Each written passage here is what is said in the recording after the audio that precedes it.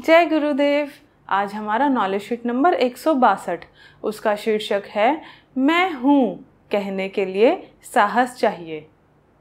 गुरुदेव कहते हैं कि ईश्वर को केवल गहरे विश्राम में ही पाया जा सकता है। कोई भी काम करके, कोई भी कृत्य के द्वारा हम उसे नहीं पा सकते। हम जितने भी आध्यात्मिक प्रयास करते हैं, जितने भी हम लोग स्पिरिचुअल प्रैक्टिसेस करते हैं, उन सभी का कार्य है कि हमें अंदर से शांत बनाना। वे हमें शांत बनाने में हमारी मदद करती हैं और जब हम शांत होते हैं तो फिर हम आनंद में होते हैं। लेकिन जनरली क्या होता है कि जब हम आनंद में होते हैं और हम शांति में होते हैं तो हम उसमें अटक जाते हैं। हमें लगता है कि ये परिस्थिति ऐसे ही रहे, हम उससे आगे नहीं बढ़ पाते, जिसके कारण लालसाएं उत्पन्न होती हैं और अधिक इच्छाएं उत्पन्न होती हैं।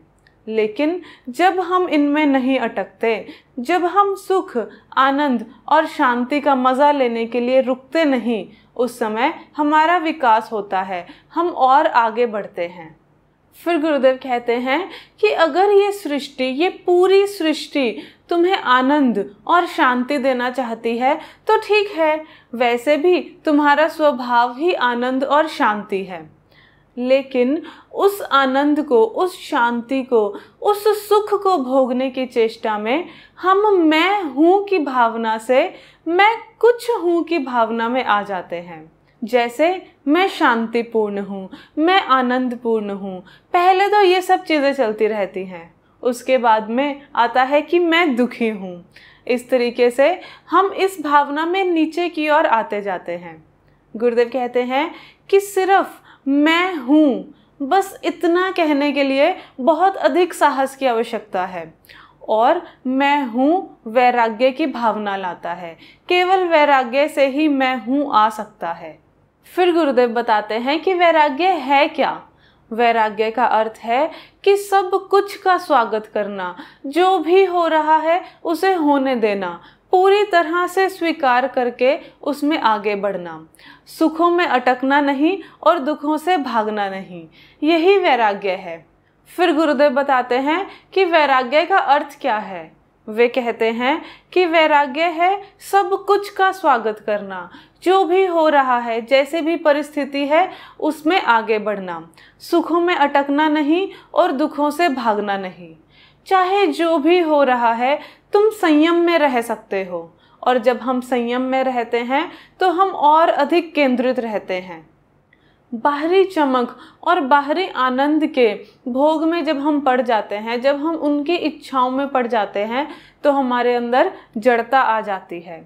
फिर वे कहते हैं कि अगर वैराग्य है तो आनंद तो फिर भी है ही। जैसे अगर फ्रिज में बहुत सारी आइसक्रीम पड़ी है तो हमें आइसक्रीम के बारे में सोचने की कोई ज़रूरत नहीं है, क्योंकि हमें पता है कि खूब सारी आइसक्रीम है। उसी तरह से अगर वैराग्य की भावना है तो वह अभाव की भावना को दूर करती है। फिर किसी ने प्रश्न पूछा कि अगर हम अपने आप को आनंद में आसक्त होता हुआ पाएं, अगर हम उसमें अटकता हुआ पाएं तो क्या करें। फिर गुरुदेव कहते हैं कि अगर तुम्हें यह समझ आ गई, अगर तुम्हें पता लग गया कि तुम उसके अंदर आसक्त हो रहे हो, तो केवल यह समझ ही काफ़ी है। तुम्हें कुछ करने की आवश्यकता ही नहीं पड़ेगी, कोई श्रम ही नहीं करना पड़ेगा।